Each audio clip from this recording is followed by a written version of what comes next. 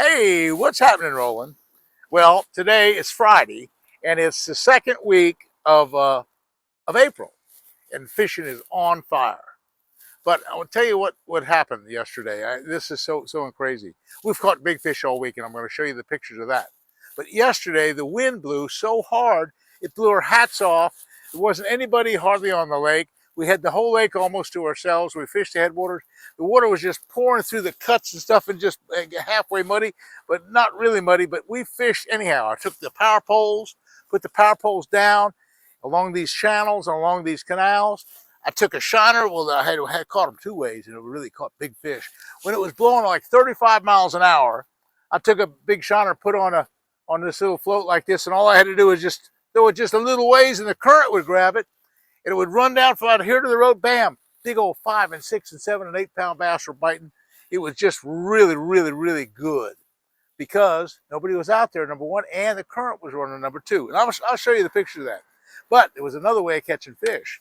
Now, with the wind, what happens is there's a tremendous amount of current. Most people don't like to fish in the wind. They think it's a bad deal. But what I do, particularly on a hydrilla lake like Headwaters, is just a perfect example of how to catch fish in the warm weather when the wind's really blowing and there's a lot of movement to the current and the current's pushing over the hydrilla. I'll take these power poles, put the power poles down, and just make actually an easy slight cast. And I'm using I like a spinnerbait, but it's an awfully good lure for heavy wind conditions. And all you have to, you'll never backlash, by the way, because the wind's blowing so hard. All you have to do is just make a little cast up in the air. And if I can get this thing out, I just make a little cast like this, and the wind catches it and just carries it 50 feet down there. And I'm reeling it kind of fast. I'm telling you what, these fish are just biting. Spinner baits really good, and it's just a straight retrieve. I say it's a slow roll, but it's not really a slow roll. When the wind's blowing real hard, you can reel it kind of fast. They'll come up. They're really aggressive. The other lure that really works in the real hard wind, like it is right now, and that is you have this chatterbait. Okay, that's the regular. Well, it's the half ounce. That's the 3/8 ounce chatterbait. 50-pound test braid. A favorite rod and reel. That's the this is the Pro Series that my son Scott and I and Andy Morgan, a bunch of guys, we developed these rods here. Okay, that's only half the story. Yesterday was a good day. I'm going to just show you some pictures real quick on what happened. If we can just kind of. I got another camera here, and I got some pictures coming up. And we got these right here in just in a second. Watch this, okay. Okay, now here on this on this camera, on this deal. Okay, here's a guy yesterday. The wind is blowing. You can't see the wind, but I'm telling you, that's an 8-pounder. That's an 8-pounder, and that's a 7-pounder, and that's, I don't know if you can see it. That's really a nice fish. Wait a minute.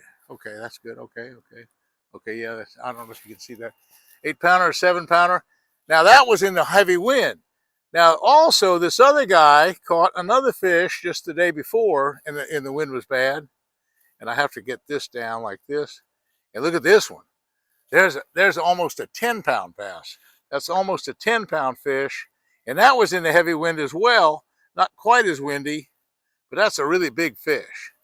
That's a really big, almost 10 pounds, almost 10 pounds.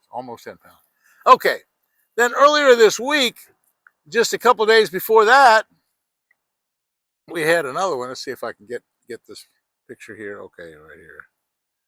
Can't get it out. Yeah. Okay, here's one. Here's another friend of mine, had a 9-pounder. It's almost a 10-pounder. See, we've had 9 and 10-pounders almost every day this whole week. It's just been really good. 9, 10-pound fish. And then, kind of to top it really off, here's a little kid with his 8-pound fish. A little 13-year-old boy that was just so precious to fish with. He had an 8-pound bass on well, that was on a shiner. Actually, it was on a shiner. But the point was, It was a 13-year-old kid, and he fished with me 2 days, and both days he caught his biggest fish ever. So that's just the kind of fishing we have right now. We're having really, really great fishing. Now, what you have to think about in coming down here in this time of year is, of course, there's a spawn going on.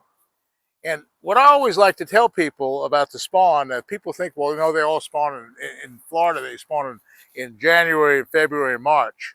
No, they also spawn in April.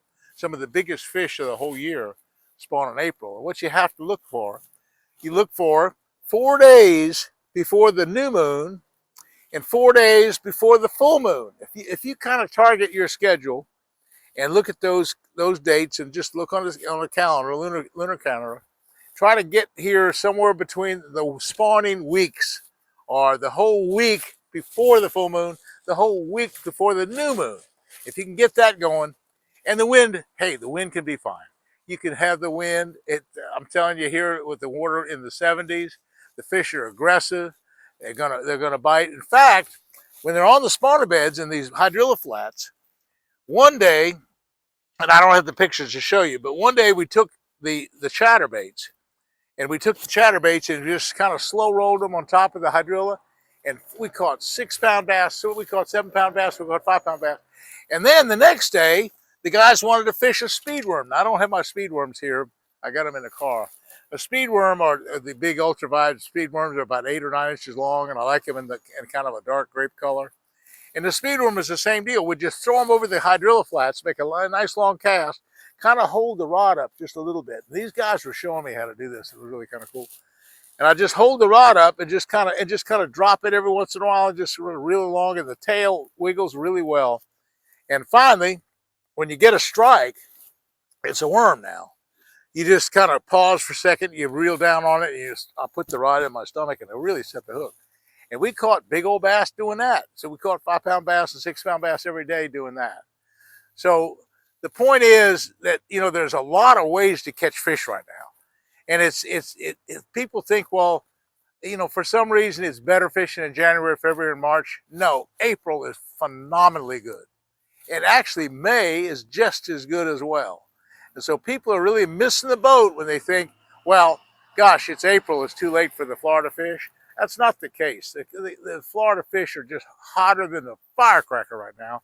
And you can catch them both on artificials, and you can just destroy them on shiners. And the shiners are a lot easier to get right now. By the way, the water temperature is higher, and I can chum them, I can cast net, I can buy them here at the tackle shop. Shiners are much more available.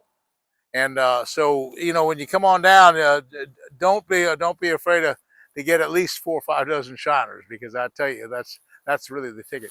Anyway, it's been a great, fantastic week. And all my sponsors would just love you to hit that likes button and subscribe to the channel as well. I got my boat all ready to go now. My shiner tank's ready. I have all my lures ready.